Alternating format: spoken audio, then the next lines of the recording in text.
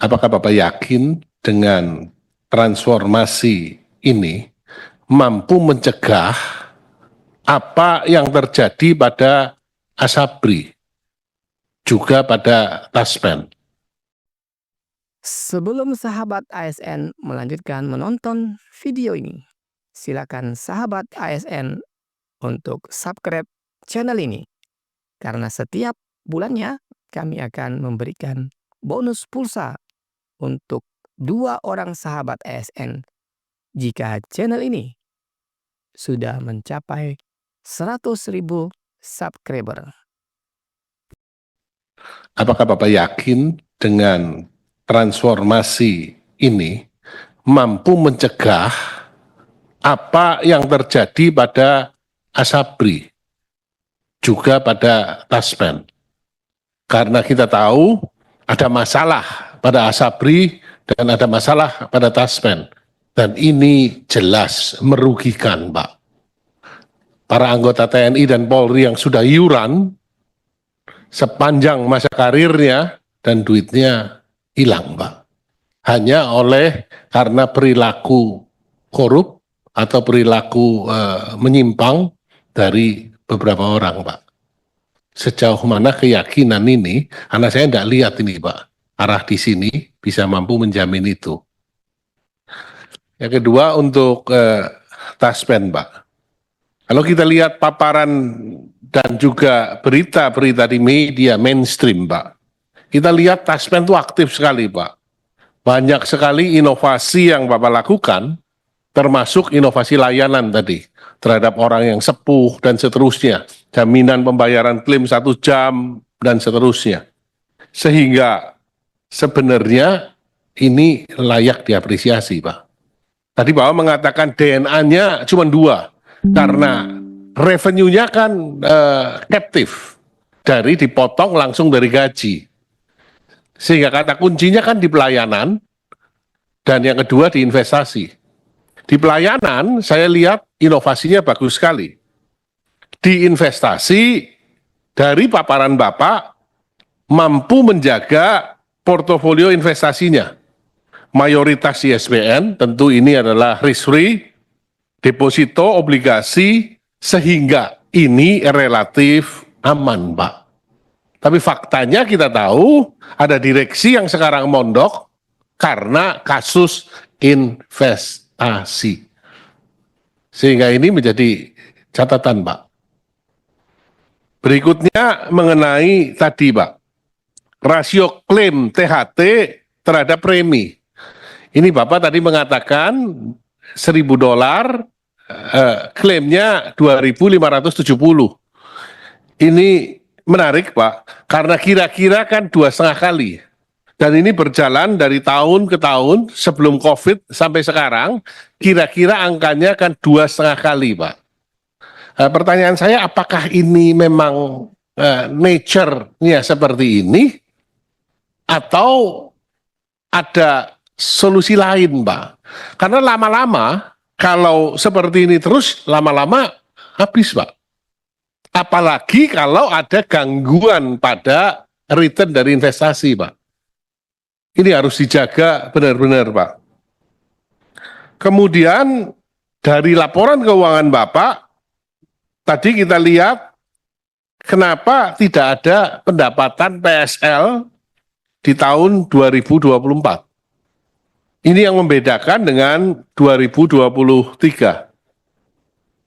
Perbedaan lain yang mencolok di laporan keuangan Bapak adalah terjadi penurunan yang signifikan beban LMPMD, Pak. Dan cadangan teknis dari 3,57 triliun menjadi 1,12 triliun. Nah, penurunan beban ini mengakibatkan Bapak profitnya tebal di bawah. Ya, kok bisa turun seperti ini? Apakah ini ada kaitannya dengan perpanjangan usia pensiun?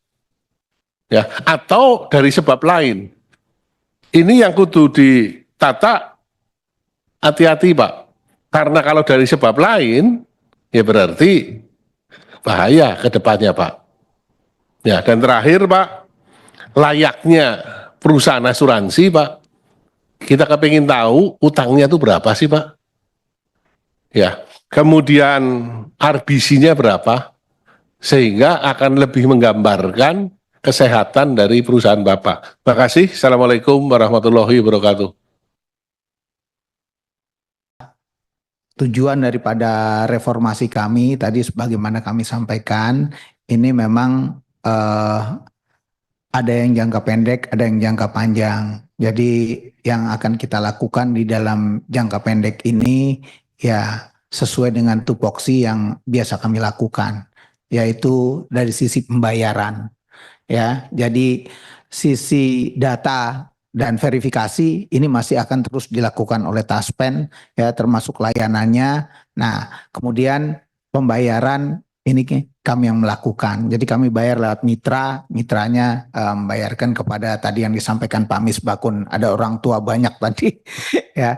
Nah, jadi itu adalah tahapan awal dan tentunya ini juga nanti akan subject to evaluasi, dalam artian kita terus akan melihat hal-hal yang dapat kita perbaiki dari segi layanan yang lebih baik buat pensiunan. Jadi mungkin nanti akan ada layanan-layanan yang ada di Taspen yang bisa kita dukung ya. Ini tentunya akan menjadi program kita. Bapak Ibu sekalian, yang selanjutnya kalau tadi ditanyakan Bu Putri, ini turunan daripada Undang-Undang ASN ya Bu Putri ya.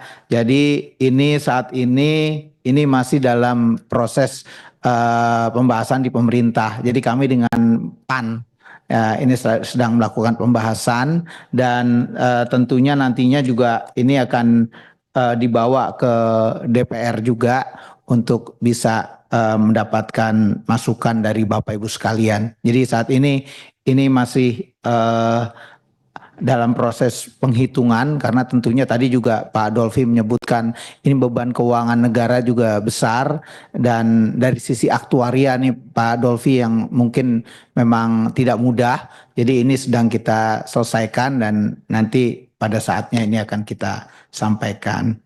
Kemudian terkait dengan bagaimana kita mengawasi atau ikut melakukan monitoring terhadap investasi yang dilakukan oleh teman-teman di Taspen. Jadi selama ini kita mengawasinya secara laporan. Jadi laporan Taspen ini yang oleh DJA ini selalu dilihatin dan sekaligus tadi merespon Pak Dolfi. Jadi udah kita cek Pak, angkanya ternyata 17 dari Taspen Pak. Jadi mungkin nanti Pak Roni bisa memberikan penjelasan. Jadi saya kebetulan udah dapat angkanya, jadi ini dari Taspen. Jadi mungkin walaupun ini 2024 ini masih proyeksi ya Pak. Jadi bisa jadi realisasinya berubah. Kemudian hal lain yang masalah pemanfaatan daripada mitra ini saya rasa juga bagus untuk kita kaji. Jadi kaitannya tadi dengan digitalisasi, kemudian juga dengan aksesibilitas ya yang bisa dilakukan oleh para pensiunan. Nah, ini mungkin nanti kita bisa kaji dengan juga melihat komposisi daripada mitra tersebut. Karena saat ini kalau nggak salah memang yang tertinggi masih ada di Himbara, kemudian POS. Jadi POS ini juga relatif tinggi yang menjadi agen pembayar, tapi yang paling tinggi masih Bank Himbara. Bank asing kalau nggak salah ada sekitar 2 atau 3, cuma nanti datanya mungkin nanti bisa diberikan oleh Taspen. Kemudian yang terkait dengan peran atau data, jadi dengan BKN kita terus melakukan kerjasama ya pertukaran data dan data ini juga kita sampaikan ke Taspen. Jadi kalau ada orang pensiun setiap bulannya tambah yang pensiun, berarti ini tentunya menjadi tambahan beban, dan itu juga dananya kita siapkan. Jadi kalau kita tiap bulan itu ada yang dana reguler dan ada yang untuk cadangan. Yang cadangan ini untuk yang tambahan-tambahan orang pensiun yang kita bisa langsung berikan. Dan juga salah satu hal yang penting juga kita terus berusaha memberikan pembayaran tepat waktu dalam hal misalnya pembayaran tanggal 1 Januari, ini yang rawan 1 Januari karena APBN-nya 1 Januari ini baru running, tapi pembayaran pensiun ini biasanya tetap bisa kita lakukan pada tanggal 1, karena biasanya dari Taspen ini juga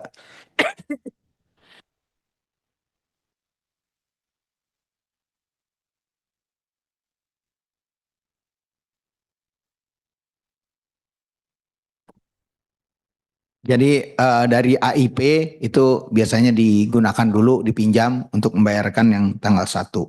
Kemudian dari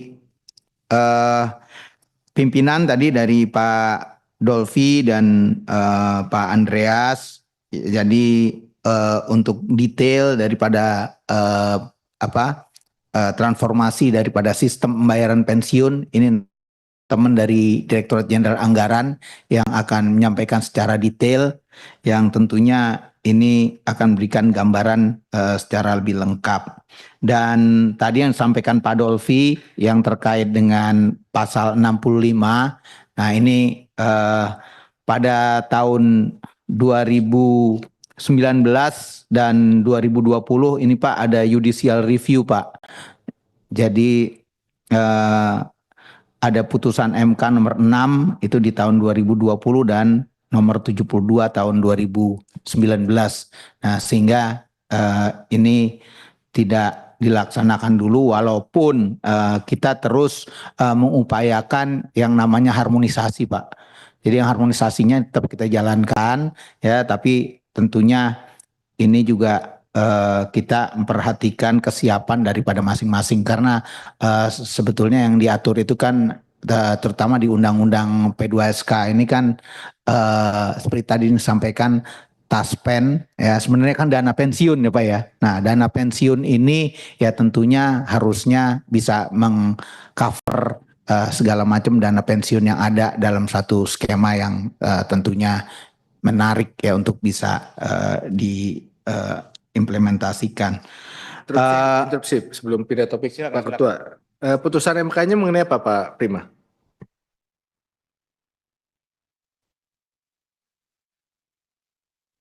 Ini tentang pembatalannya pasal 65, Pak.